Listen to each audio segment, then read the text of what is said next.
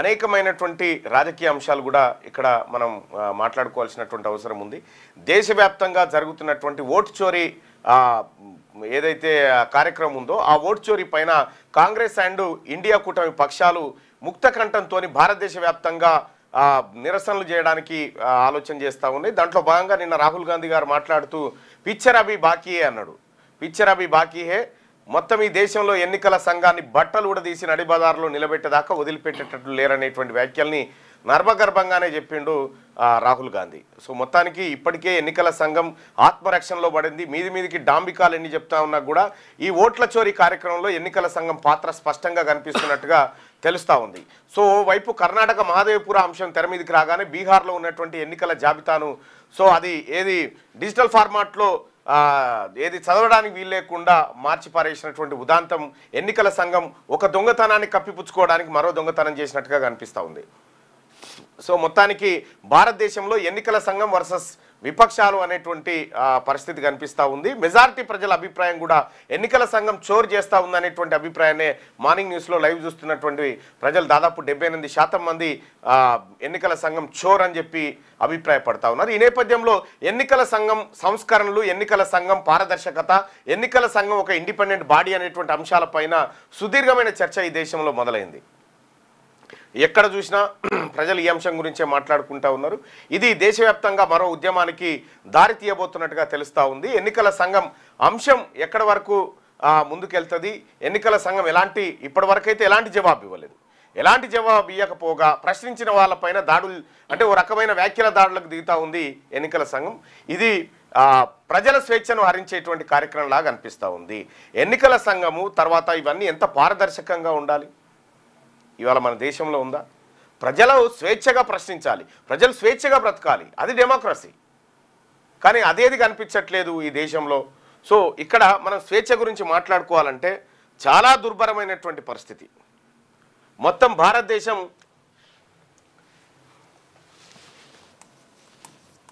ప్రపంచంలో స్వేచ్ఛ, ఈ ప్రపంచంలో స్వేచ్ఛ విషయంలోకి వస్తే భారతదేశం చాలా వెనుకబడింది. ఇక్కడ ఉన్నటువంటి పాలకులు, ఇక్కడ ఉన్నటువంటి వ్యవస్థలు ఇన్ఫ్లుయెన్స్డ్ గురైపోయి ప్రజల ప్రాథమిక హక్కులకు భంగం కల్పిస్తూ ఉన్నాయి, ప్రజల జీవన ప్రమాణాలను దెబ్బతీస్తూ ఉన్నాయి, ప్రజలను ఆర్థికంగా అన్ని రకాలుగా కుషింపజేస్తూ ఉన్నాయనేటువంటిది ఏది స్వేచ్ఛ ఇండెక్స్లు చెప్తున్నటువంటి మాట. సో ఇక్కడ ప్రపంచంలోనే అత్యంత స్వేచ్ఛగా బ్రతుకుతున్నటువంటి ప్రజలు స్విట్జర్లాండ్.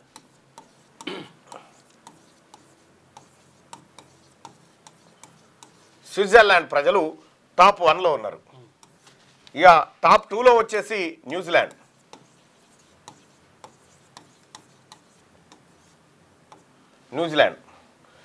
టాప్ 3లో వచ్చేసి డెన్మార్క్,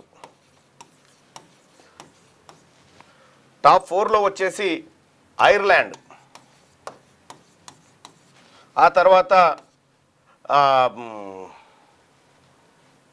తర్వాత వచ్చేసి ఐర్లాండ్, ఫిన్లాండ్, ఆ తర్వాత ఇంకా చాలా దేశాలు ఉన్నాయి. ఇంకొక 5 దేశాలు టాప్ 10లో ఉంటాయి. ఇక్కడ ఈ స్విట్జర్లాండ్లో రాజకీయ నాయకుడు ఏమన్నా తప్పు చేయాలంటే లాగు దడుస్తుంది. ఏదైనా ఒక చట్టం చేయాలంటే ఫస్ట్ ప్రజాభిప్రాయాన్ని తీసుకుంటారు.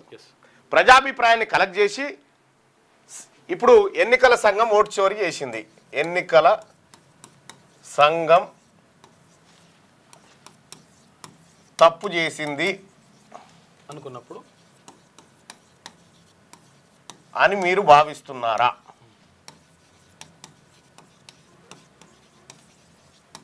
అనే ప్రశ్నను స్విట్జర్లాండ్ దేశ ప్రజలకి ప్రభుత్వం ఇస్తే తప్పు చేశారు,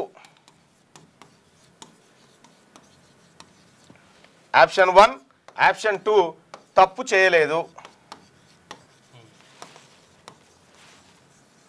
2 ఇందులో మీరు ఏదనుకుంటారు? ఇది ఎస్ తప్పు చేశారనుకో, ఈ తప్పు చేసిన వాళ్ళకి ఎలాంటి శిక్ష పడాలని మీరు కోరుకుంటున్నారు అని అడుగుతుంది ప్రభుత్వం.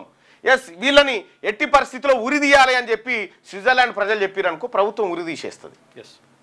అంటే ఉరి లాంటి కఠినమైన కాకుండా చర్యలు తీసుకోవాలంటే స్విట్జర్లాండ్ ప్రజలు, ప్రభుత్వం అక్కడ ఉన్నప్పటికీ ప్రతి నిర్ణయంలో ప్రజల పాత్ర ఉంటుంది. అక్కడ ఒకవేళ ఈ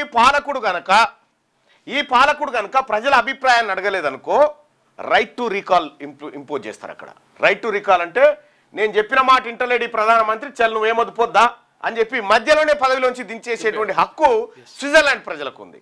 అట్లా చాలా దేశాల్లో ఉంది. ప్రజలకు ఇక్కడ స్వేచ్ఛ ఎక్కువ. ప్రజలు ప్రభుత్వాన్ని విమర్శించినా ప్రభుత్వం సరే మంచిది పొరపాటు అయిపోయిందని ప్రజల ముందు లొంగాల్సిందే తప్ప ఇంకొకటి లేదుగా ప్రభుత్వాలకు ఆప్షన్ అక్కడ. అందుకోసమే ఆ దేశాలు ఎందుకు ముందు వరుసలో ఉంటాయంటే ఇందుకోసమే ఉంటాయి అన్నట్టు. ఇక్కడ స్విట్జర్లాండ్లో ప్రత్యక్ష ప్రజాస్వామ్యం ఉంటుంది, బలమైన ఫెడరల్ వ్యవస్థ ఉంటుంది, స్థిరమైన ఆర్థిక వ్యవస్థ కారణంగా ఈ దేశం ఎప్పుడు ముందంజలోనే ఉంటుంది స్వేచ్ఛలో. ఇక న్యూజిలాండ్ పౌర హక్కులు, పారదర్శకత, ప్రభుత్వానికి సుస్థిర ప్రజాస్వామ్యానికి ఈ దేశం ప్రసిద్ధి చెందింది న్యూజిలాండ్. ఇక ఐర్లాండ్ విషయానికి వస్తే పౌరుల వ్యక్తిగత ఆర్థిక స్వేచ్ఛలకు ప్రాధాన్యత ఇస్తుంది. ఇట్లా స్వీడను, ఫిన్లాండ్, నార్వే ఇట్లా అన్ని కూడా ప్రజలే ఫైనల్, పాలకుడు కాదు, ప్రజలే ఫైనల్. ప్రజలు ఏం చెప్తే మీరు ఏం చెప్తే మేము అదే చేస్తాము, మీరు చెప్పని పనులు మేము చేయము, మేము నకరాలు చేయము, మా సొంత నిర్ణయాలు తీసుకోము.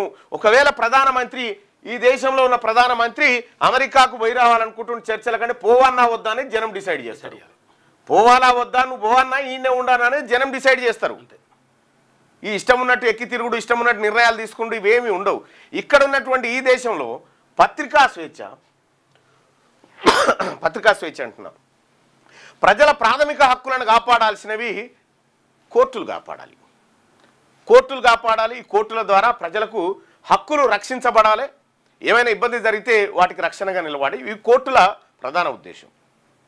కానీ మొత్తం కోర్టులు 142 దేశాల జాబితా చూస్తే 79వ స్థానంలో ఉంది భారత్. మన భారతదేశం 79వ స్థానం అంటే ఎంత దిగజారిపోయిందో న్యాయ వ్యవస్థలో. కొంత మెరుగుపడ్డప్పటికి కూడా ఇంకా ఏమిట్లకేం లేదు న్యాయ వ్యవస్థ. ప్రజలకు సంబంధించినటువంటివి కాపాడడంలో పూర్తిగా విఫలమైనట్టుగా నివేదికలు చెప్తా ఉన్నాయి. ఇవి నేను చెప్పేది కాదు, వరల్డ్ జస్టిస్ ప్రాజెక్టు ప్రకారం ప్రాజెక్టు 2024 ఈ ప్రాజెక్టు ప్రకారం మన దేశంలో న్యాయ వ్యవస్థ 79వ స్థానంలో ఉంది ప్రజల హక్కులను రక్షించడంలో. ఇక్కడ ఇంకా కొన్ని విషయాలను కనుక మనం చూస్తే ఇక్కడ న్యాయ వ్యవస్థలో టాప్ 10 దేశాలు చూద్దాం. న్యాయ వ్యవస్థలో టాప్ 10 దేశాలు. ఒక దేశం వచ్చేసి డెన్మార్క్. ఈ డెన్మార్క్ కాడ న్యాయమూర్తులు కానీ లేకపోతే ఇంకోరు కానీ ఎవడి మాట అయినది లేదు. కాన్స్టిట్యూషన్ ఏం చెప్తే అదే ఇక అంతే ఫైనల్. అక్కడ అధికార పక్షం కానీ విపక్షం కానీ ఇంకోటి కానీ. ఇక రెండోది వచ్చేసి నార్వే, మూడోది వచ్చేసి ఫిన్లాండ్, నాలుగోది వచ్చేసి స్వీడన్, ఐదోది వచ్చేసి జర్మనీ,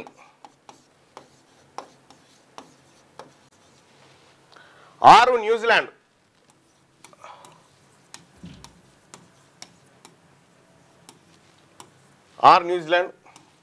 ఏడు వచ్చేసి లగ్జెంబర్గ్, ఎనిమిది వచ్చేసి కెనడా, తొమ్మిది వచ్చేసి ఎస్టోనియా, 10 వచ్చేసి ఐర్లాండ్. ఇక్కడ న్యాయ వ్యవస్థలో పకడ్బందీగా న్యాయాన్ని అమలు చేసేటువంటి అంటే ఇక్కడ ఉన్నటువంటి ప్రజలకు ఈ దేశాల్లో ఉన్నటువంటి ప్రజలకు న్యాయ వ్యవస్థ మీద బలమైన నమ్మకం ఉంది. అత్యంత బలమైన నమ్మకం ఈ దేశాల్లో కనిపిస్తుంది. యుఎస్ కూడా ఉంది. యుఎస్ కూడా ఉన్నప్పటికీ కూడా కాకపోతే అది టాప్ 10 దేశాల్లో యుఎస్ లేదు. అయితే ఇక్కడ వరల్డ్ జస్టిస్ ప్రాజెక్టు విడుదల చేసినటువంటి 2024 రూల్ ఆఫ్ లా ఇండెక్స్లో భారతదేశం 79వ స్థానానికి పోవడం అంటే ఈ దేశంలో న్యాయ వ్యవస్థ కూడా సరైన క్రమంలో అంటే ఇంకా ఏది అందుకోవాల్సినటువంటి స్థాయిని అందుకోలేకపోతుంది అనేటువంటి అంశాలు. ఇవి ఏ అంశాల ఆధారంగా అంటే ప్రాథమిక హక్కులు ఆధారంగా, ప్రధానంగా ప్రాథమిక హక్కులు, పౌరుల ప్రాథమిక హక్కులు రక్షించబడతా ఉన్నాయా, ప్రాథమిక హక్కులకు వర్సెస్ ప్రభుత్వానికి ఘర్షణ జరిగినప్పుడు కోర్టులు ప్రాథమిక హక్కుల వైపే నిలబడేటువంటి పరిస్థితి దేశాల్లో ఉంటది. మళ్ళా అవినీతి లేదు, మళ్ళా అవినీతి అనేది ఈ ప్రాంతంలో కనిపించదు మీకు. ఏది ఈ న్యాయ వ్యవస్థలో ప్రజలే ఫైనల్, మళ్ళా ప్రజలే ఫైనల్. అయితే ఇంకా కొన్ని విషయాలు చూసుకుంటే ఇక్కడ ఈ దేశాల్లో జపాన్ ఇంకా కొన్ని దేశాల్లో న్యాయమూర్తుల నియామకం ఎట్లుంటుందంటే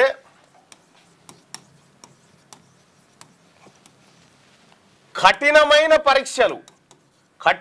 పరీక్షల ద్వారా న్యాయమూర్తిని ఎంపిక చేస్తారు. మన తాన కూడా జిల్లా కోర్టులు ఆ తర్వాత కింది స్థాయి కోర్టుల్లో సేమ్ ఇట్లనే ఉంటుంది. కానీ హైకోర్టు, సుప్రీంకోర్టు, పెద్ద కోర్టులలోనే ఉండదు. ఇది సుప్రీంకోర్టు, ఇది కొలీజియం తోటి వస్తుంది కదా. ఆర్టికల్ 117, ఆర్టికల్ 124 ఇదే అనుకుంటా. దీని ద్వారా మన తాన నియామకాలు జరుగుతాయి. సుప్రీంకోర్టు ఇదేంటంటే కొలీజియం వ్యవస్థ. కొలీజియం వ్యవస్థ లేదు భారత రాజ్యాంగంలో. కొలీజియం అనే పదమే లేదు. మరి ఎట్లా ఇప్పుడు అది కథ. ఇప్పుడు అసలు కథ అదే. భారత రాజ్యాంగంలో కొలీజియం అనేటువంటి పదమే లేదు. 124 సుప్రీంకోర్టు 124(2), హైకోర్టు వచ్చేసి 217(1). ఇది ఈ ఆర్టికల్స్లో హైకోర్టు, సుప్రీంకోర్టు న్యాయమూర్తుల నియామకం దగ్గర కొలీజియం అనేటువంటి పదమే లేదు. సుప్రీంకోర్టే కొన్ని తీర్పుల ద్వారా కొలీజియం వ్యవస్థను బలపరిచింది. దానికి ఎలాంటి చట్టబద్ధత లేదు, కొలీజియంకి ఎలాంటి చట్టబద్ధత లేదు. కానీ సుప్రీంకోర్టు తనకున్న విశేష అధికారాలతోటి ఈ కొలీజియం వ్యవస్థను తయారు చేసింది. తీసుకొచ్చి కూర్చోబెట్టచ్చు. ఇందులో కూడా సీనియర్ న్యాయవాదులు లేకపోతే ప్రభుత్వం తరఫున వాదించినటువంటి వాళ్ళని నియామకంలోకి తీసుకొని కొలీజియం వ్యవస్థలోకి తీసుకొస్తారు. 10 సంవత్సరాలు ఇక్కడ న్యాయ వ్యవస్థ, మన న్యాయ వ్యవస్థ సరే కొలీజియం వ్యవస్థ పారదర్శకంగా ఉండడం మంచిది. కానీ బంధుప్రీతికి ఎక్కువ ఏది ఆయన తాత జడ్జి అయితే మనవడు జడ్జి, అల్లుడు జడ్జి, కొడుకు జడ్జి, ఈ కార్యక్రమాలు ఉండడం ద్వారా న్యాయ వ్యవస్థలో బంధుప్రీతి పెరిగిపోయింది. ఇట్లా మన న్యాయ వ్యవస్థ 79వ స్థానంలో ఉండడానికి ప్రధానమైనటువంటి కారణాల్లో ఇది కూడా ఒకటి. అయితే దీంట్లో రాజకీయ జోక్యం తక్కువ ఉంటుందని చెప్తారు. కానీ రాజకీయ జోక్యమే ఎక్కువ ఉంటుంది. సిఫార్సు చేసే కాడ రాజకీయ జోక్యాలు స్పష్టంగా కనిపిస్తాయి. కొలీజియం సిఫార్సు చేసిన వాటిని ప్రభుత్వం ఆమోదించాల్సిందే, తప్పదు. అక్కడ రిజెక్ట్ చేసి మళ్ళీ పంపితే మళ్ళీ ఆమోదించాల్సిందే. అటువంటిది అంటే రాజ్యాంగంలో ఎక్కడ కూడా కొలీజియం అనేటువంటి పదం లేదు. కానీ వాళ్ళ అవసరాల కోసం కొలీజియంని ఆ వ్యవస్థను తయారు చేసుకున్నారు. మరి భారత రాజ్యాంగంలో కూడా బీసీలకు రిజర్వేషన్ అనేటువంటి అంశం లేదు కదా. మరి సుప్రీంకోర్టు ప్రత్యేకంగా జోక్యం చేసుకొని బీసీల రిజర్వేషన్ గురించి ఈ వ్యవస్థను తయారు చేయొచ్చు కదా. మరి ఇదే సుప్రీంకోర్టు బీసీలకు వచ్చేసరికి ఏమో 50% నిబంధన అని మాట్లాడుతుంది. ఇదే సుప్రీంకోర్టు మరి మీ కొలీజియం వ్యవస్థ, మీ నియామకాలు జరిగేటప్పుడు మాత్రం ఇలాంటి వ్యవస్థను రాజ్యాంగంలో లేనివి మీరు ఇంప్లిమెంట్ చేస్తారు. అంటే సుప్రీంకోర్టుకు ఉన్నటువంటి విశేషమైనటువంటి అధికారాలను ఉపయోగించైనా సరే బీసీల రిజర్వేషన్ల విషయంలో దయచేసి సుప్రీంకోర్టు న్యాయం చేయాలని కోరుతున్నాం. ఇక అలాగే ప్రజల స్వేచ్ఛ విషయంలో ఇది చూసారు కదా. ఇంకా అనేకమైనటువంటి అంశాలు ఉన్నాయి. భారతదేశం ఏ రంగాల్లో వెనుకబడింది, ఎందుకు ఆ స్విట్జర్లాండు, డెన్మార్కు, ఫిన్లాండు, ఐర్లాండు, న్యూజిలాండు ఈ దేశాలు ఎందుకు ముందు వరుసలో ఉన్నాయి, ఎందుకు అక్కడి ప్రజలు స్వేచ్ఛగా అక్కడ ప్రధానమంత్రిని పోయి ఏం పని చేస్తున్నావు రా అని అన్నాడు అనుకో, ప్రధానమంత్రి సారీ అని ఇక్కడ ఇట్లా చూస్తే 3 నిమిషాలు చూస్తావరా ప్రధానమంత్రిని పట్టుకుపోయి లోపటేస్తారు. ఇక్కడికి అక్కడ ఉన్నటువంటి తేడా గది. ప్రజలు స్వేచ్ఛగా బ్రతికినప్పుడే ప్రజాస్వామ్యం ఫరిడ వెళ్తుంది. అంటిల్ అప్పటిదాకా ఇక అదంతా ఉత్త కార్యక్రమమే. మనం ఎన్ని చెప్పుకున్నా కూడా